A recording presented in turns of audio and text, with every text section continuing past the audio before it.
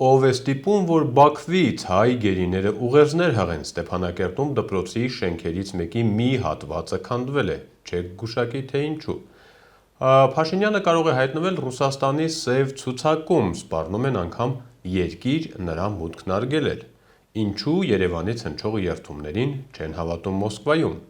Եվ նախընտրական Հայաստան նոր ձայնագրություններով, այս անգամ հերոսները միայն ուժեղ Հայաստանի ներկայացուցիչները չեն։ Ողջույն, ես Նորայր Հովսեփյանն եմ, իսկ սրանք այն թեմաներն են, որոնց մասին կխոսենք առաջիկա րոպեների ընթացքում։ Բայց մինչ հիմնական թեմաներին անցնելը շնորհակալություն եմ հայտնում YouTube-յան իմ ալիքի հին ու նոր բոլոր բաժանորդներին, իսկ այս նախագծին վստահելու եւ աջակցելու համար շնորհակալություն Իվան Ավանեսյանին։ Եվ այսպես օրվա թեմաներին անցնենք, Բաքվից նորից նամակ ունենք, ավելի ճիշտ ոչ թե նամակ, այլ աուդիո ուղերձ։ Արցախի նախկին արտգործնախարար Դավիթ Բաբայանը Բաքվի բանտից աուդիո ուղերձ է հղել, այն լրատվամիջոցներին փոխանցել է Բաբայանի ընտանիքը։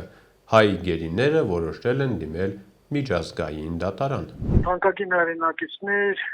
աշխարհասփյուռ հայություն, բարի կամքի մարդիկ աշխարհով մեկ, իրավապաշտպաններ, մարդու իրավունքների պաշտպաններ, լրագրողներ։ Ստիպված դիմում եմ ձեզ, քանի որ այլ ընտրանք պարզապես չունեմ։ Դուք գիտեք, որ մենք արդեն 3 տարի այստեղ ենք, դատական գործընթացներ են գնում եւ այլ իհարկե մեծ խախտումներով, բայց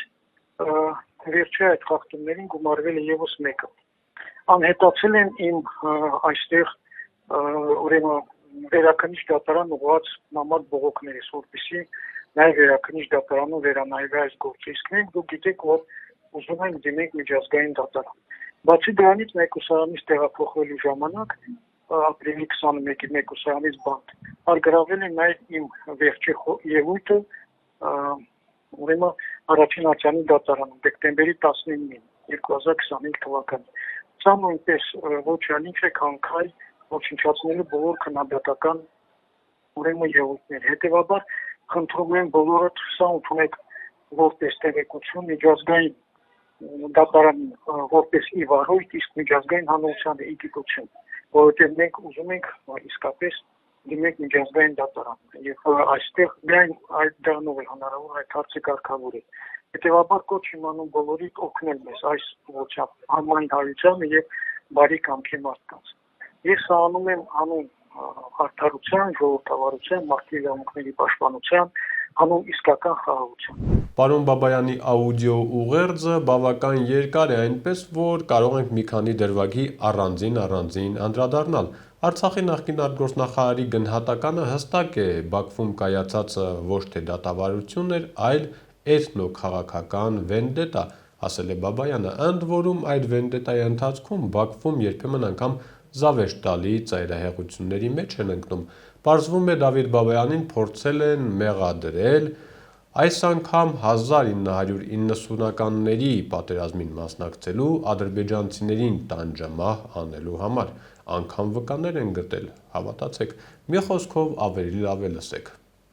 Բոլոր փաստարկները շինչու են, փուչիկ են, շատ թույլ են, չեք պատկերացնում։ Եվ այս դատավարությունը ոչ թե դատավարություն է, սա էթնոքաղաքական վենդետա է, էթնոքաղաքական լինչ է ուղղված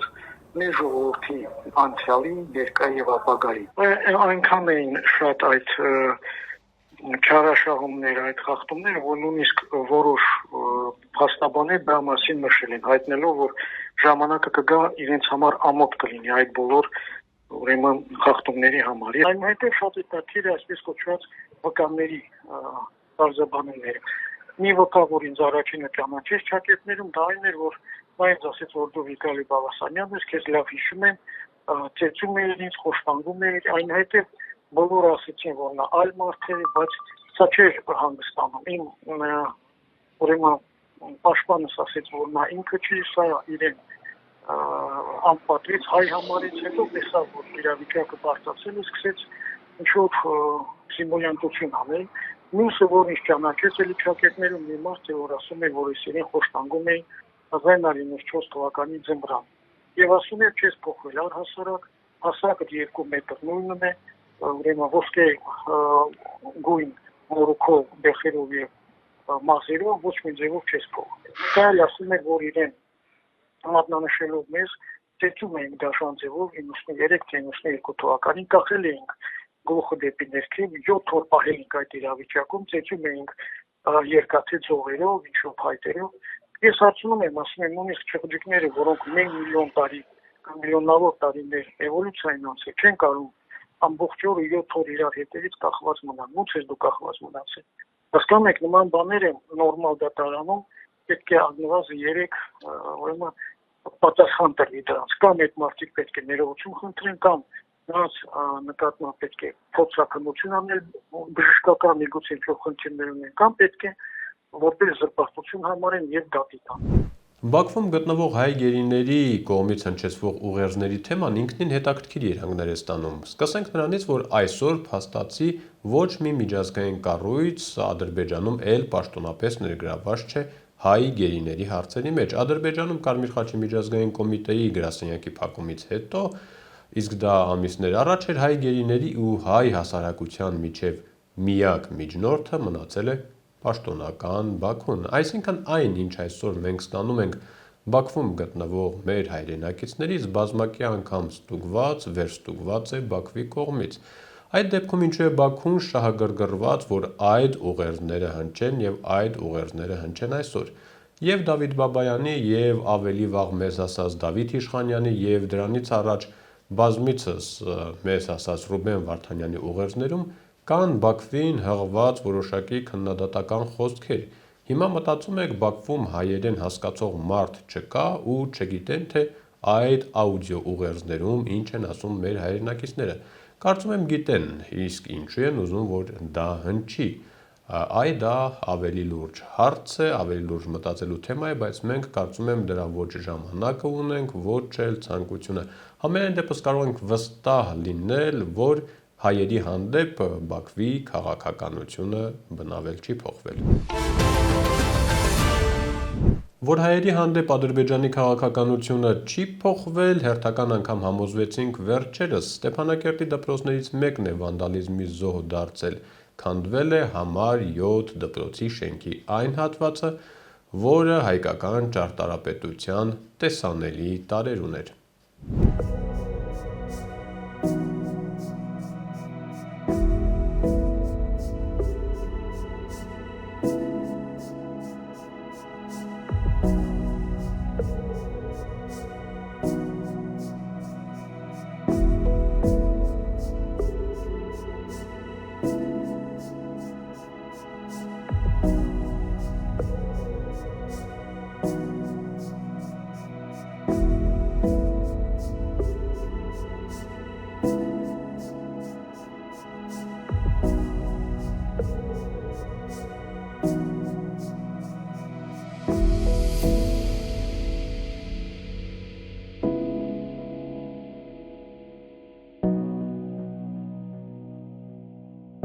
Արցախի Վաղուհազ գյուղում էլ գերեզմաններ են պղծվել։ Արցախի մշակութային ժառանգության օմբուդսմեն, ազգային պատմամշակութային հասարակական կազմակերպության փոխնախագահ Հովիկ Ավանեսովն է ահազանգում։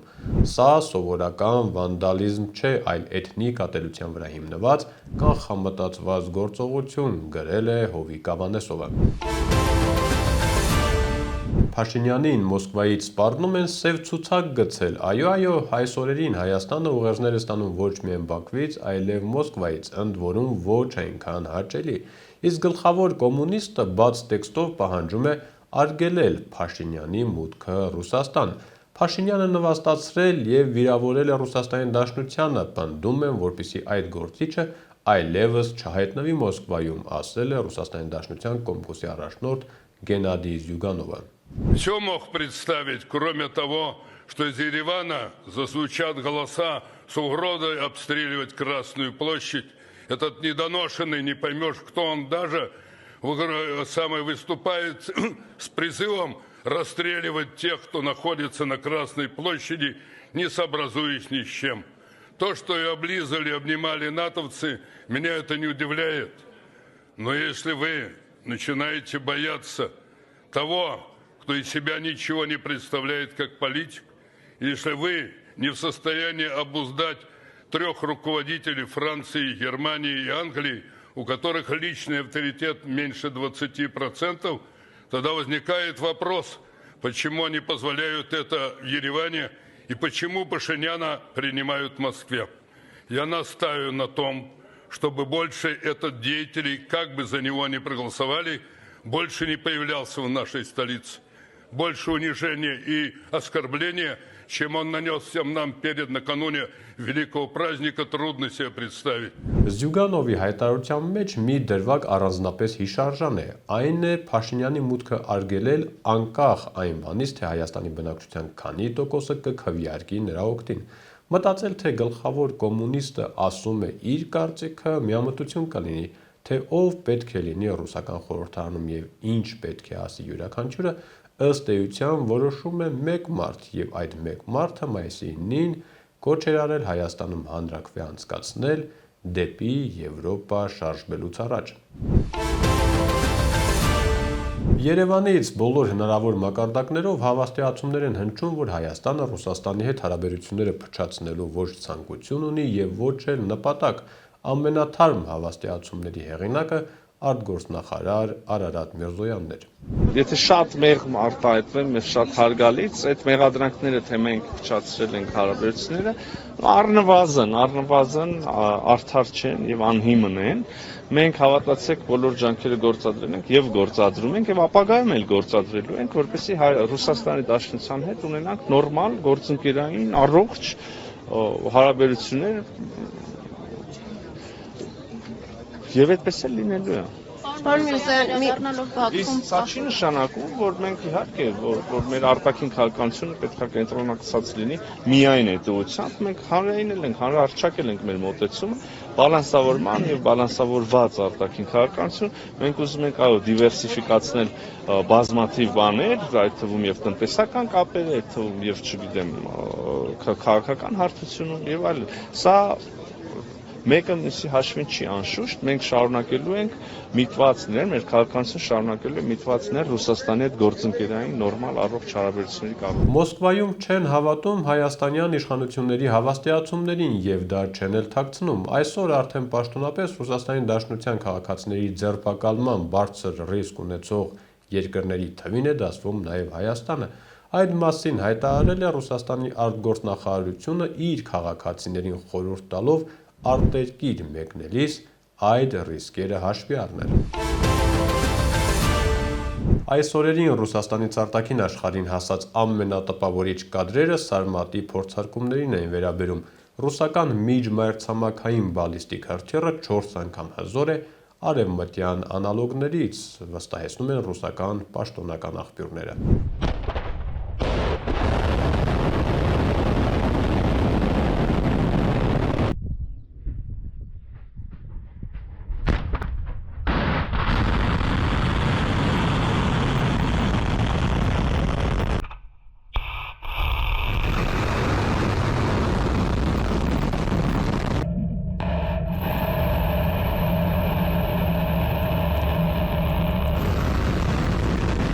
Ըստ ռուսական պաշտոնական աղբյուրների այս հրթիռը մարտական հերթապահության կկանգնի արդեն 2026 թվականի վերջերին։